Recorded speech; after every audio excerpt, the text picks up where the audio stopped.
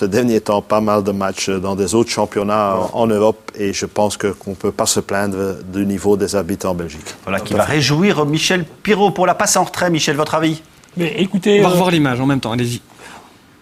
Allez-y, votre avis là-dessus. Benoît dit que c'est une passe en retrait, il a totalement raison, mais pour que la passe en retrait soit sanctionnée, il faut qu'elle soit volontaire, et ici, manifestement, elle n'est pas intentionnelle, dès lors, l'arbitre a totalement raison de ne pas la sanctionner. Donc Benoît a tout à fait tort.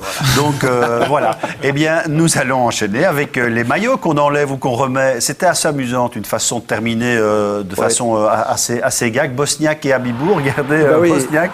C'est fabuleux parce que c'est vrai que c'est une nouvelle règle, donc il est bien musclé, n'empêche, mais attendez, on fait un but, c'est magnifique, mais ça permet aussi de réfléchir. Regardez, je l'enlève.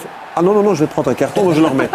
Donc vous voyez qu'on ne peut même plus laisser aller sa joie. En plus, le football, c'est quand même de l'émotion. Donc, ça, c'est des règles pour faire des règles. Voilà, je rappelle que ça n'a plus rien à voir avec le des football. gars qui ont joué au football. Nous avons des dirigeants, des responsables qui ont joué au football et donc qui parlent comme ça à ce titre-là. Il faudrait les écouter aussi. Ce qui est très dérangeant, Rodrigo, ce qui est très très dérangeant, c'est que le football, quand on voit des championnats en Angleterre, on se met des pains. Le football, on doit sanctionner un arbitre quand il y a des faits de match et des coups durs. Moi, l'histoire de la rouspétance, en Angleterre, alors il doit y avoir 15 cartons jaunes à chaque match. J'ai vu Man U ce week-end, tout le monde rouspète. L'histoire du maillot, et je rejoins vraiment Luc, le foot, c'est l'émotion. Donc, on est en train d'empêcher de dire, vous ne pouvez pas manifester votre joie. Mais les gens dans les tribunes, ils paient pour voir de la joie. Et on est en train de leur dire, vous ne pouvez pas faire ça. C'est pour ça qu'il y a des femmes qui viennent pour voir. Il y a des stades dans les... Pour voir les beaux corps. C'est pour ça que nous, on ne peut pas le faire.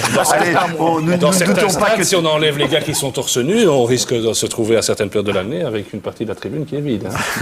Ne doutons pas que ces propos sensés, me semble-t-il, sur l'émotion du football qu'il faut faire partager, vont remonter là-haut jusqu'à la CCA et d'abord via votre entremise, Monsieur Pirot. Vous êtes d'accord avec ça? Ça manque un peu d'émotion, de spontanéité? Non. Vous êtes pour ce règlement? Mais écoutez, c'est un règlement... Vous, personnellement?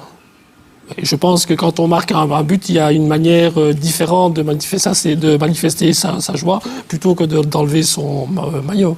Allez, un petit peu de folie, Michel, de temps en temps. Ça allez, et un coup de chapeau, à un trio arbitral que vous avez vu au Bruxelles samedi, Rodrigo. Absolument, et c'est Gaëtan Simon, je ne sais pas si vous allez voir son visage, en tout cas c'est le sosie de Didier Ernst, vous vous souvenez? Regardez, inspecteur de police à Juprel, et il était associé à Xavier Decoq et à Jean-Marie Dans.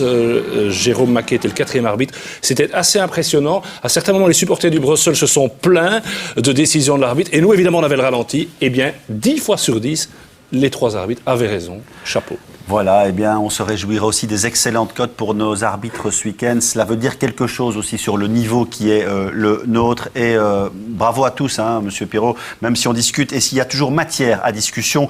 Le lundi, les Diables sont à Tubize, dans un nouveau centre depuis ce lundi. Nous y étions aussi et c'est Franck Peterken qui nous ramène ce reportage. On regarde. Bienvenue à Tubize, au nouveau complexe d'entraînement de l'Union belge de football. Un complexe magnifique avec un hôtel, du moins lorsqu'il sera fini, les travaux ont été interrompus. Par contre, l'infrastructure sportive, elle, est en place, les terrains ne manquent pas, les accessoires non plus. Il y en a même un pour notre équipe nationale de rugby ainsi que pour celle de tennis, mais on n'en est encore qu'au stade du développement. Mais pour trouver la perle de cet écrin, il faut plonger à l'intérieur de ce bunker. Un terrain couvert dont la surface doit encore être posée et juste à côté, les vestiaires. Des vestiaires somptueux frappés dans le marbre du sceau de l'Union belge. Ces vestiaires sont réservés en principe à l'équipe A, sauf exception, comme ici. Vous le voyez, il y a vraiment tout pour le confort de nos Diables rouges. Comment vont-ils faire pour encore perdre des points dans ces conditions? Il y a même 2 jacuzzis. Et en plus, l'eau est bonne. Et ce n'est pas tout. À côté de ce bâtiment, un autre abritant 8 vestiaires, dont un pour l'équipe de Tubize. C'est ici principalement que nos équipes de jeunes Diables viendront se vêtir et se dévêtir. Les possibilités sont innombrables. Restait encore à savoir à qui reviendrait l'honneur d'inaugurer la nouvelle pelouse d'entraînement. Un synthétique réservé à l'équipe A. 3, 2, 1. Vincent Kompany entre dans l'histoire, tandis que ces images-ci vont très bientôt vous être habituelles.